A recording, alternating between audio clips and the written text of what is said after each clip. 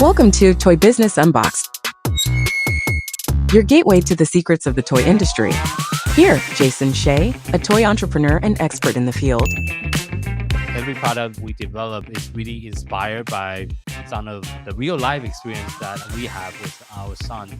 60% of all toys last year were sold on Amazon, which is incredible. Be passionate about it because it's a road, it's a journey. Like when you have an idea that you think is like gonna somewhat like change the world, make things better, I'd say go for it. We'll guide you through the enchanting world of toy design, marketing, and manufacturing. Now let the unboxing begin. Hello, welcome back to another episode of Toy Business Unboxed, where we uncover the secret behind the toy that captivate our imagination. I'm your host, Jason Shea, and today we are joined by our special guest, who is also reshaping the world of puzzle games. Thank you for joining us on the podcast today. And thank you for inviting me. It's been a while. We've been planning this for quite some time. Can you? Finally, it's happening. I know. Sorry, we have to reschedule it a few times because of the technical challenge we have last time. I think we couldn't get you on for some reason with some problem with the link. So sorry about that, but we were able to get you on. So can you start out by sharing the story behind the founding of Play Amaze and the toy company that you're currently you know what? It's running? Very easy and at the same time very hard question because there is no specific story. Play Amaze is a product of many things and many interests that I had in the past and that I still have. As a kid, I enjoyed playing with construction sets, particularly with gears. My father, who was an engineer, would bring me gears and I would build all sorts of structures with them, static and dynamic. This passion for gears is still with me, even though I'm not an engineer, but I do like mechanics and mechanical constructions. That's one of the contributing factors. Another contributing factor is my fascination with play. I studied the psychology of play, the history of play at the university, and it was a natural transition not just to study it, but to contribute to play by developing something that's based on A, my interest in gears, and B, my interest in mazes, because mazes or labyrinths, they're used interchangeably, are amazing structures. They have been with us since the emergence of humanity, since the dawn of time. They appear in mythology. They're part of various historical sites, such as Stonehenge in the UK, and they represent something particularly deep and profound about human experience. This is why many psychologists are so fascinated by them as well. I'm fascinated by mazes as much as many of these people who study them professionally, because I see there is something very profound in them that speaks to the way we think, to the way we see the world, perhaps. And this is why solving mazes, first on paper and later on computer or mechanical mazes, became a passion of mine. So all these factors contributed to aha moment when one day me and my father decided that we should use our experience. My father is a professional mechanical engineer. I studied psychology and history of play to design something that will address several problems on the market, such as lack of affordable, safe, portable STEM toys. STEM is an acronym for science, technology, engineering, and math, and many people think that STEM is primarily about electronics. No. Mechanics is an important component of both engineering, math, science, or any other part of that STEM acronym. And unfortunately, there are very few affordable mechanical toys on the market. Of course, you can buy a Lego set that's very good at developing mechanical expertise in children, but they're so expensive. My goodness. Each time I go to Toys R Us, and I look at the price tags, I'm getting Whereas we decided to do something that will combine the benefits of affordability, portability, safety, and learning, mechanical learning. And we came up with a family of products. I'm showing you several of them, which are puzzles, but puzzles that require you to operate gears to solve them. Mm-hmm. get the ball from start to finishing point. We have, as I said, a family of them. What I showed you are just two items in this puzzle line. We each year we bring Mm-hmm. new puzzle to market, and we are definitely a company, well, a startup still at Mm-hmm. this stage, that is focused on puzzles because puzzle mazes, manipulated puzzle mazes, it's more than just a product for us. It's a passion. What is the rule and how does it work exactly? Well, I Because I can think show you you show it one. really quickly. It's Yeah. yeah. So the idea here, generally speaking, is to get the maze from a starting point, let's say here, to the final destination, which is Mm-hmm. one of these deep pockets. And as you get the Okay. ball in, you need to rotate the gears. As you see, to pass the ball through. You Mm-hmm. see the ball is moving between them. And as you do Mm-hmm. this, you need to avoid the traps. Otherwise, you'll have to restart the game. So the concept is simple. We are Okay. not really saying that we made a groundbreaking discovery, but it's also something which we consider an advantage because our toys Mm-hmm. are reminiscent of all the nice puzzle toys, puzzle mazes that parents and grandparents played with, but at the same time are introducing new Mm-hmm. elements, and our know-how is a combination of these moving parts, which are more than just gears. They include both Mm-hmm. pendulums, rockers, sliders, and whatnot, to facilitate Mm-hmm. learning of mechanical engineering, of math, because gears are about ratios, and you learn such important mathematical concepts intuitively, and you learn it, what's more important, through fun and play. Mm-hmm. Last but not the least, Mm-hmm. precisely because this product is no screen, so you don't need a gadget for it, doesn't require batteries, and at the same time, you present old, century old, tried and true game concepts in a new way. It's good for a family play, for intergenerational play.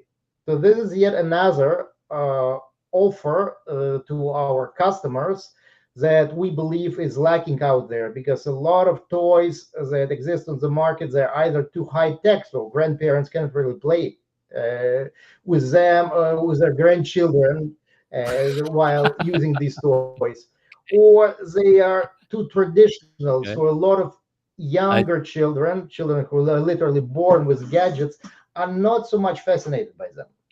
We wanted to be somewhere in the middle to get the best of both worlds.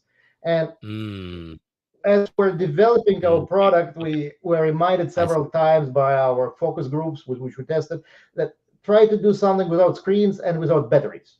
So our toys are pure mechanics. Nothing of this kind. Nothing of. Mm,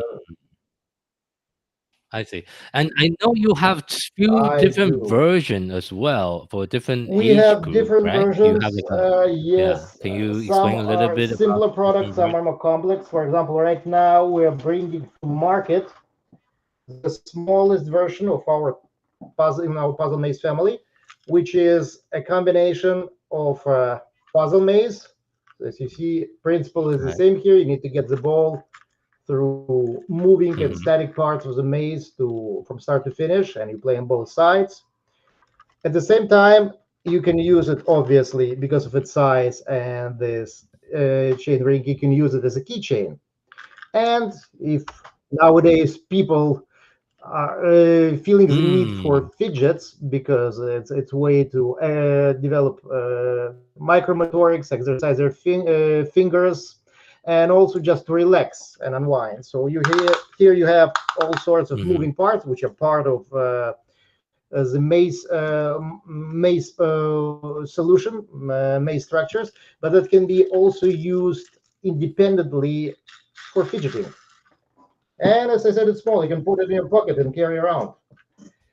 So you don't need to worry about Mm-hmm. having something big and unwieldy which you cannot even move around. Mm-hmm. Okay. It's a little bit earlier. You mentioned you want to focusing on developing toy that doesn't have electronic or doesn't have battery Well, in it, honestly, so I the kids like can play with electronics. it. So we have several designs sitting on our shelves in the Okay. basement, which use electronics to Mm-hmm. enhance gameplay. Because, for example, they can present unique challenges to the player, or Oh, detect the ball location, or simply keep track of how many balls you deliver to finish point within, let's say, 10 minutes or any given period of time.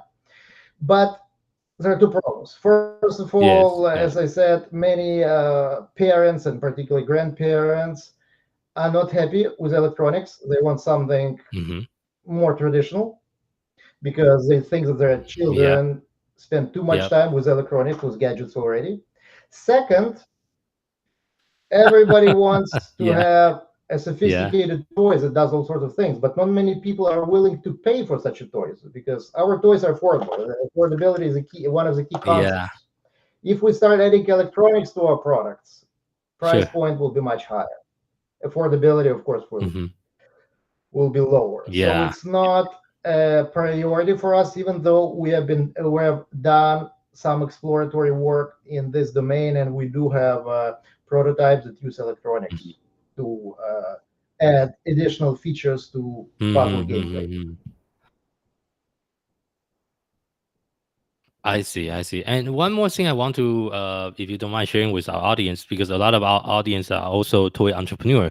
I know you Yeah. also did a Kickstarter with your product. Can you share a little bit of your experience running the Well, my Kickstarter campaign for experience your product? was simple and straightforward. Before I launched the Kickstarter campaign, Hmm. I became sure that I will be able to raise what I need to raise by mobilizing my friends, family, Yeah. like-minded people. Because if you fail Okay. in a crowdfunding campaign, well, Yeah. it pretty much tanks your projects. In my case, crowdfunding campaign was both a means to finance the Yeah. production, for which we more or less already had the funds. We just needed a Mhm. little bit, and a proof of product market fit. It worked. Yeah, it worked well That's true. because That's we true. secured a community of early adopters who purchased our products, who invested in it, and it did Hmm. provide some traction. However, there were also negative outcomes of it. For example, there were several toy store owners who said, "Oh, Oh, you ran a also. crowdfunding campaign, so most of the people who wanted this toy must have purchased it already. So there may be a diminished demand as a result of it." I didn't expect Hmm. this, but it's Who would have important to buy the keep. toys though? Then Kickstarter. Yeah. Yeah, well, apparently that was the mindset of these toy store owners, but they were in minority, I must say. Oh, All in minority. all, Okay. crowdfunding campaign was a very good experience, not just in terms of launching the product in a narrow sense for words, so just getting the funds for tooling and production, but also in all other aspects of product launch, such as community mobilization and engagement, Mhm. such as marketing, the organization Yeah. of production, and many other aspects, many other important stages Mhm. that are part of doing business, unless you just want to license your product away. Yeah, yeah, yeah, yeah, yeah, yeah. I see, I see. So I guess you have been working on this project for a few years now. What was the biggest challenge so far that you have experienced, that you have overcome over the years since you started a toy brand that you would Oh, like to there were share with quite a our few audience? challenges, and they still pop up from time to time. The major Yeah. challenge that we encountered and we're still working on is setting up e-commerce, because my business model was and still is primarily sales Mm, through independent yeah. stores and through small chains.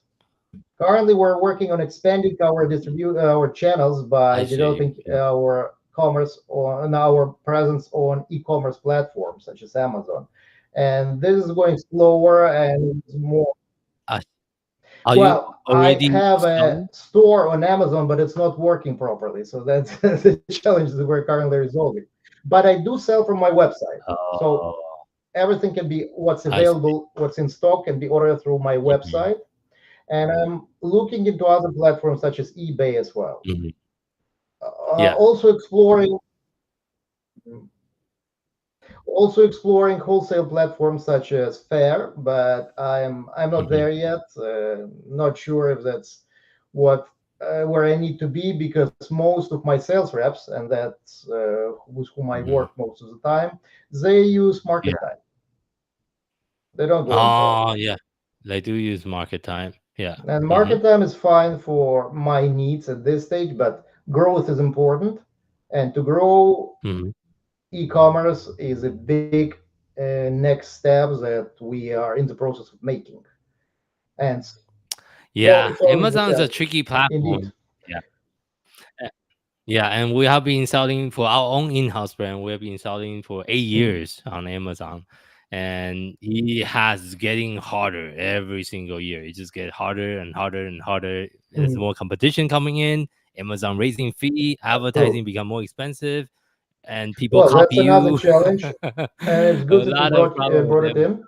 So We successfully tackled several imitations of our products on Amazon Canada. Because here I have an IP that's pending. In the US, I also have an IP, a patent, design patent that are pending, but Amazon US is different. There, I cannot remove someone's request to remove someone's listing on Amazon until after I have received the patent. So if it's pending, yeah. that's In correct. That's Canada, correct. it's For US, sufficient. you have to have the In the US, patent. doesn't work like this. In Canada, we were able to successfully remove 6 or 7 listings, and one of the online stores agreed to sign an agreement with us and pay us fees, so like royalty fees.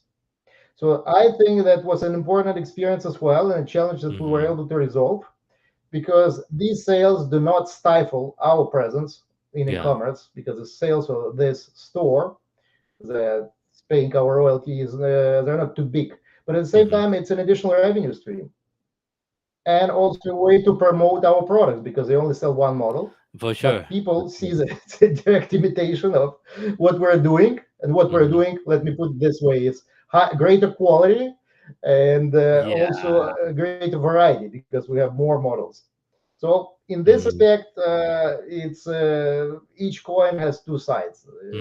The disadvantage is, of course, that they're imitating you, but the flip side is that you are getting more promotion and some money from such people.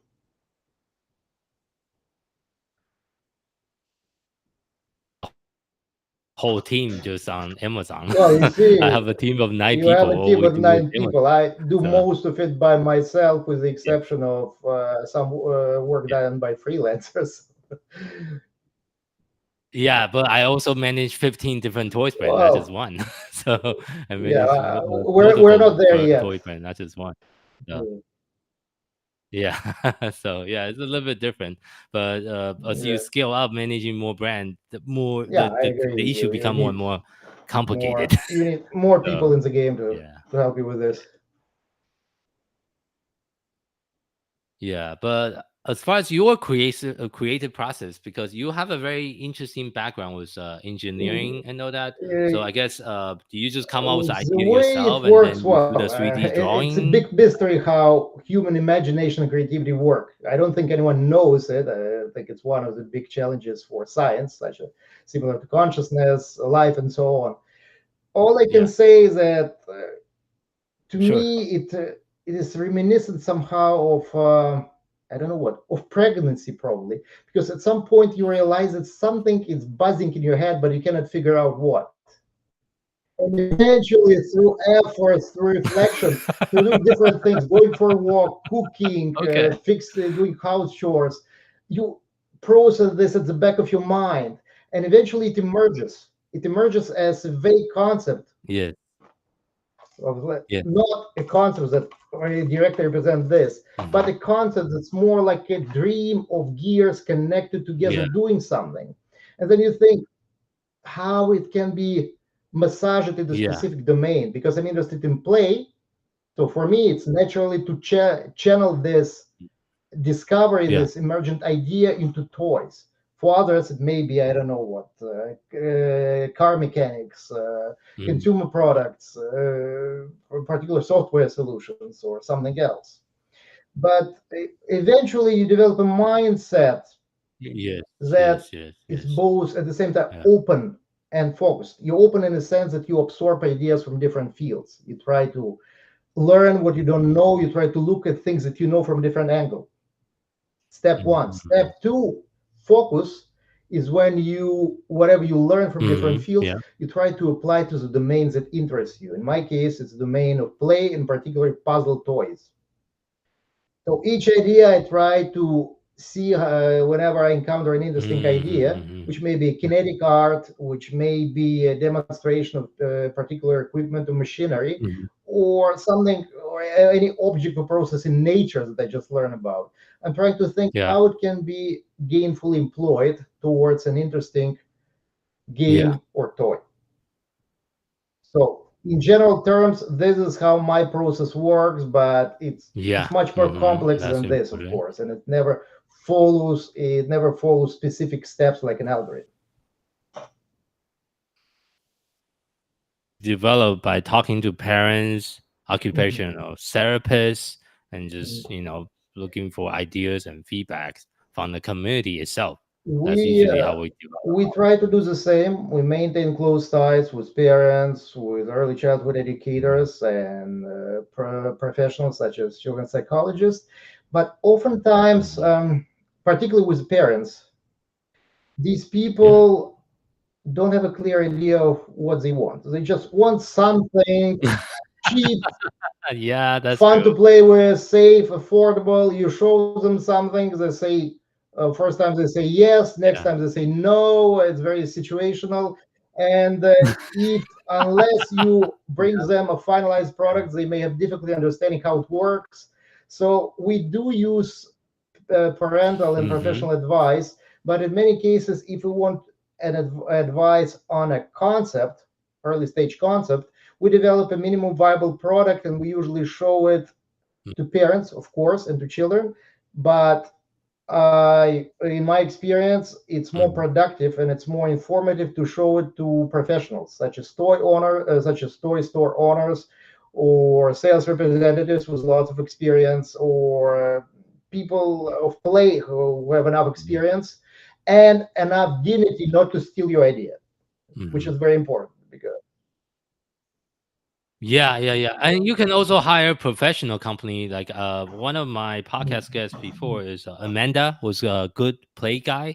Her company specialized in conducting play, yeah, I know testing for, Amanda, and but we give out do certification for your we company. already have established relations with various play facilities in town, such as play centers, or with several daycares, Mhm. and even with schools who allow us to bring our products and demonstrate them to kids and test them. Of course, it's all very Oh, there are nice. strict rules which we must follow, but Mhm. it's all fine for us, and it's very interesting Mhm. because I do open-ended and structured testing. I just come, put my toys on the table, step aside. Kids have other toys, have the other activities. If they come, start playing, and stay Okay. with this toy, you see that they're interested. And I usually try Yeah. to gauge multiple Mhm. parameters. So I measure how much time they spend per toy. I pay attention how they interact with it. I pay attention how often they come back Mhm. because they may put it aside, come back in 10 minutes, for Yeah. example. Pay attention how often kids play together, how often they play, Mhm. or if they play individually. If they play together, what form of play this is? It cooperation or competition or anywhere in between? So it's very the observation, the study of how children interact with my products is an interesting process in and of itself. In addition to being informative for the product development. Mhm. Yeah, for sure, for sure. Especially on the spectrum, because my son is also on the spectrum. Have Mhm. you get do any case study for kids with special needs with your Not toys as well? specific case studies for children with special needs, but we did talk to early learning specialists and child psychologists who work with special needs children, and they indicated how Hmm. puzzle maze toys, mechanical puzzle maze toys, can benefit them. It's actually very simple. Kids can concentrate Hmm. on it. Whereas in video games, usually there are a lot of Yeah. distractions. It's harder for them to concentrate. And here you have something which you can hold, Sure. focus on, move at your own pace, put aside and come back, and it's not disturbing you. It actually allowing you to gather together your thoughts, concentrate, and try different solutions as you solve the puzzle. So this Mm-hmm. is something that Mm-hmm. many such people, many medical and educational professionals praise in our products, and this is why they Yeah. recommend them to children who have most of them, from what I remember, had difficulty concentrating. So this is with this when such Yeah. toys Yeah. come Yeah. in Yeah. handy Yeah. because they foster your ability to concentrate. Okay. Okay. Yeah, that's a good Yeah. side benefit, of the toy for sure. So, what other feedback have you received from either kids, parent, or Uh, educator I about get your lots toys of feedback so from far? different channels, from parents, from toy stores, because they demonstrate toys to potential customers, and the customers who purchase such toys, they usually share their experiences after having played with them. There are lots of different experiences, primarily related Mm-hmm. to uh, presentation, to packaging, which are technical aspects, not very interesting for this interview. Yeah. There are lots of recommendations in terms of gameplay, and when we're developing new toys, we are looking into feedback we receive from parents, from customers in general, not just parents, and from toy stores because they're also our customers. Yeah. For example, this particular product, the latest model, was developed in response Yeah. to Yeah. Yeah. current present day requirements and challenges. Because nowadays the economic situation is soft. Many people are not doing Mm. very well financially, so they cannot spend a lot of money on toys. This is why we developed something that's cheap Yeah. enough, that That's has, true. as I said, fidgeting elements, so you can uh, relax and unwind by fidgeting things in your hand. And Mm. this is something that we hope will be good for stores as well because it's a quick sell. Yeah, The website so people can yeah. see it This a is little bit mini, better because and it's so this is small. micro that we just It's demonstrated, two color very schemes. small. And if you keep scrolling, you will Mm-hmm. see master and apprentice. No, sorry, scrolling horizontally, not vertically, because you moved away from Oh, sorry. yeah. Here.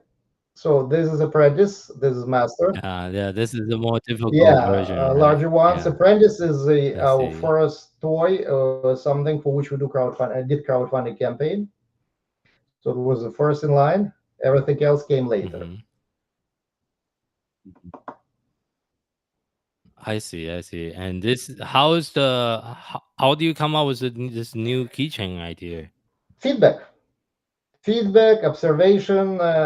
People needed, Just feedback. Okay. and both end Mm. customers and toy stores asking for something small, cheap, and multifunctional. So here, as I said, you have several functions. It's a keychain, it's fidget, and it's a puzzle. Yeah, you can do Yeah, whatever you yeah, want yeah. with it. Yeah. Yeah, it is a feature, it's a puzzle, it's a keychain. Yes, okay. Okay. It makes sense, makes sense. And I know you mentioned about STEM in the very beginning. When you do your puzzle toy design, how do you try to incorporate the STEM principles Well, into STEM your design? principles are very broad. They can be narrowed down, which happens, for example, in an academic setting when they're Yeah. linked to a specific academic agenda. But in toy products, they be present in different ways, both an advantage and disadvantage. The disadvantage is because STEM became a buzzword. The advantage is Mm-hmm. because you can incorporate elements of STEM into your products that will be truly beneficial to your customers. In our case, STEM elements are Mm-hmm. mechanical engineering that you see here, that teaches you something about gears, about movement, Mm-hmm. about acceleration, motion, inertia, and so on. And also that help you intuitively understand math concepts such as ratios, because gears are very illustrative in this respect.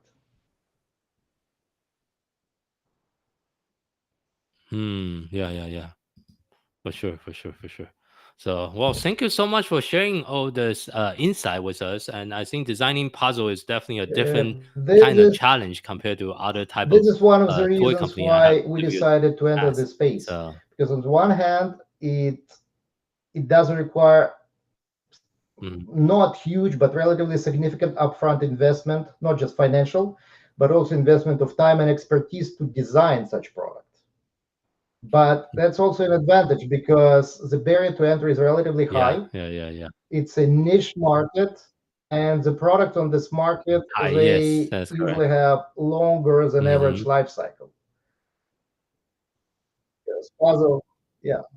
So they're not like collectibles That's who are good. good for Yeah, one that's an season, then they advantage for disappear. sure. So, mm, the end of today's interview, one question I always like to ask all the guests toward the end Mhm. is, if you had to share just one piece of advice with someone that's getting started in the toy industry, what would that be? Uh, just one piece of advice. You know what? I would say do a very well analysis of what you want to do and why it is important for you and for your intended customers. So understand what you're doing, how it can be done efficiently and economic and cost effectively, and if what you're doing is needed by your would be customers. And when I say analyze, I don't just mean rational analysis, I also mean intuition, because in my work, intuition is very important. It's usually intuition which pushes me towards a particular product, particular ideas that later emerges and into in detail. So all in all, this is what I can say, but this is an open-ended question. I don't think there is one single answer I can provide. Of course, yeah, everyone Mm, have a different opinion for sure. But you're thank you so welcome. much for sharing. Where is the best? How can people I'm, find you? I'm sure How you can have my people find website you? because you accessed it. So you can, I don't know how it works once you Yes. have this interview recorded and uploaded.